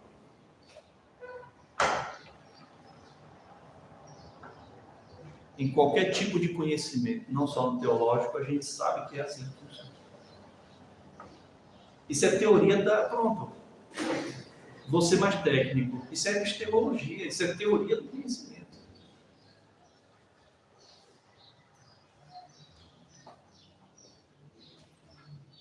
Alguém, só para completar aqui, mas para fazer essa acusação contra a pregação de Paulo, eles teriam que retornar ao verso 18, do capítulo 1, onde o apóstolo afirmou que a ira de Deus se revela do céu contra os ímpios que escondem a verdade em lugar da injustiça. Como é que eu vou usar agora um argumento contra esse pregador, de que ele está pregando a mentira no lugar da verdade, para que a verdade de Deus contra a mentira do pecador se torne mais relevante? E você lá pode fazer alguma coisa para tornar mais ou menos relevante a verdade. A verdade é absoluta, ela é o que é. Ela é o que é. Se Albert Einstein ainda fosse vivo e ele botasse aqui na lousa, aqui no quadro, a operação matemática dele, o resultado pode ser diferente de uma criança fazendo a mesma operação? O resultado é o mesmo. Se você tem dois resultados, com a mesma conta tem, ou as duas estão erradas, ou pelo menos uma delas está errada. Ora, meus irmãos, pelo amor de Deus, alguém pode alegar ainda, se minha mentira ressalta a veracidade de Deus, e Paulo acrescenta, aumentando assim a sua glória, meu Deus do céu, veja que outra coisa, outra pérola. E o significado maior do que seja a glória de Deus, o apóstolo Paulo o declarará só lá no verso 36, do capítulo 11 nessa carta. Quando ele dirá, porque dele, por meio dele, para ele sejam todas as coisas. A ele, pois, dele, portanto, a ele, pois, dele, portanto, é a glória eternamente. Amém. A glória de ser Deus só pertence a quem? A Ele mesmo. E não a dá mais ninguém. Minha é a glória, e a outro não darei. É intrínseca de sua própria e única natureza de seu ser. Nesse caso, o desconhecimento do Deus Yahvé, o Deus que salva pela graça mediante a fé, leva o legalista, aquele que quer ser salvo pelo cumprimento da lei, a supor que o Evangelho propõe não apenas um relevo à verdade de Deus, quando mentimos, como também, em segundo lugar, argumenta, afirma que o pecado do salvo aumenta a glória do Deus que salva pela graça. Que absurdo, irmãos. Deus nos chamou à santidade e não à vida de pecado. Deus mandou que a gente abandonasse o pecado e abraçasse uma vida de santificação.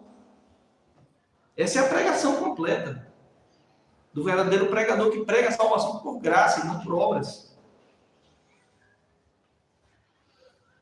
Mas quem pode acrescentar, irmãos, a Deus alguma coisa? Nunca houve nada que a Ele não pertença. A estupidez do religioso, seja o legalista, como o antinomiano, que acredita só na graça sem a lei, se baseia na falta de conhecimento e entendimento do espírito da lei que opera pela graça. Alguém pode alegar ainda, se a minha mentira ressalta a veracidade de Deus, aumentando assim a sua glória. Nesse caso, por que sou condenado como pecador? Olha o tipo de pergunta. Olha que ponto deplorável chega aqui. Essa pergunta, de aparente conclusão, revela um problema moral de quem ainda está caído, pensando estar de pé. Quem é que continua caído, andando, pensando que está de pé? O religioso, que não tem Cristo. O religioso que não tem Cristo. Ele ainda está caído, ele nunca esteve em outra posição que não seja da queda, da depravação total. Mas agora que ele vestiu a roupa do religioso, que ele impostou a voz do religioso,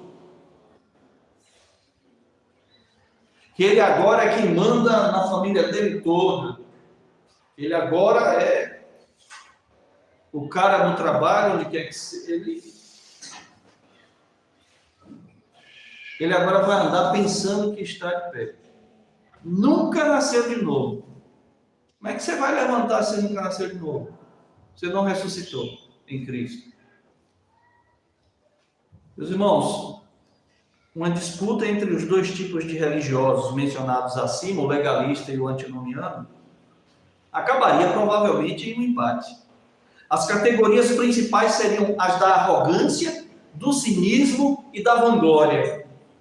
Se essa pergunta fosse feita isoladamente por qualquer pecador, seria objeto de ridicularização da parte de qualquer religioso de ambos os lados. Por quê? Porque todos pecaram. Então, como é que um religioso volta e fala, não, você, o outro religioso que pensa diferente de mim, está pregando uma salvação somente pela graça e nada mais? Tá certo? Porque você crê que sua mentira vai ressaltar a verdade de Deus, que seu pecado vai aumentar glória a Deus, tá certo? Ao ponto de que você acha que seria uma injustiça de Deus, portanto, te condenar por ser pecador. Irmãos, e é um argumento, está seguindo uma linha lógica, caída, estúpida, que parte de premissas que são mentirosas.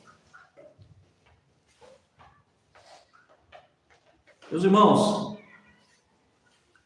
o juízo e a condenação têm o peso da glória de Deus contra todos, porque todos pecaram. O ataque desse argumento falacioso, ad hominem, desferido contra quem prega a salvação pela graça, mediante a fé, não faz nenhum sentido, porque a fé exigida de nós, em nossa salvação, tem base na obediência de Jesus Cristo. a quem os judeus assassinaram e os demais homens rejeitaram, mesmo os de hoje ouvindo o que estão ouvindo aqui. Assim, permanece a pergunta: se não posso fazer nada para ser salvo, como posso ainda assim ser salvo? Se nada posso fazer por mim mesmo. E a resposta para todas as perguntas, assim como essa, feitas a partir de Romanos, da carta aos Romanos, já foi dada desde o começo. A resposta para tudo isso é: o Evangelho é o poder de Deus para a salvação. A salvação de quem crê no Evangelho. A atual fuga do mundo, a atual fuga dos homens do mundo, por causa da falta de sentido nas coisas aí fora, para dentro de uma religião cujo sentido é: ou salve-se quem puder, ou faça por ti que eu te ajudarei, só revelará que esse fugitivo ainda não foi encontrado por Cristo, que é o sentido de todas as coisas. A Ele seja a glória sempre.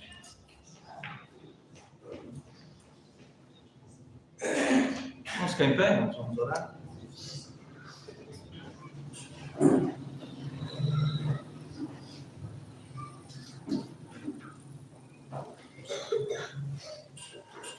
Peço perdão, especialmente quem está assistindo de longe, ficou um pouco aparentemente confuso no começo. Eu estava aqui me desconcentrando com a zoada de um vizinho aqui mal educado, com a oficina.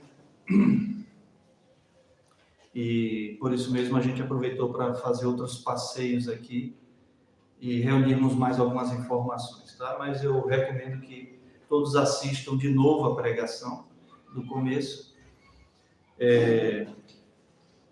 para alcançar aí o que a gente tentou colocar, apesar das limitações do pastor, tá bom? Vamos orar. Te damos graças, ó Pai querido, e te bendizemos, louvamos o nome do Senhor por sua bondade infinita, sua misericórdia, e o fato de que o Senhor nos salva, nos salvou, tem salvado a outros pela graça, mediante a pregação do Evangelho. Que seria de um homem sequer, um pecador apenas, se ele tivesse que depender de si mesmo, da obediência à tua vontade, ou de qualquer esforço agradável ao Senhor, para que fosse salvo. Todos pereceriam. Mas a salvação tem base na tua eleição, ó Deus, por causa, motivado, Senhor, pelo teu amor, faz com que experimentemos a salvação pela graça, e definitivamente. E a grande prova de que alguém foi alcançado pelo poder do Evangelho, pela salvação que há em Cristo, é que ele tem buscado a Deus e a santificação sem a qual veremos a Deus. Perdoa os nossos pecados, recebe nossa gratidão por tuas bênçãos, abençoe os que estão de longe nos assistindo, abençoe os irmãos aqui presentes, ó Deus, participando deste culto, e que a tua boa mão esteja sobre todos nós no decorrer desse dia. Abençoe a vida de nosso amado irmão Gibson, que completou idade nova essa semana. Abençoe a vida também do nosso irmão Kel, que completa idade nova hoje. Teus servos, eles vivam para saber contar os dias deles na tua presença, para serem homens, ó Deus amado, que anunciem a Cristo pelo seu testemunho, pelo zelo da palavra na sua vida e por todas as obras que eles fazem, não para alcançar a salvação, porque já foram salvos, para as obras que farão, para demonstrar que foram salvos. Nós por tudo louvamos o nome do Senhor e assim te bendizemos em Cristo Jesus, nosso Senhor. Amém. Deus abençoe, meus irmãos.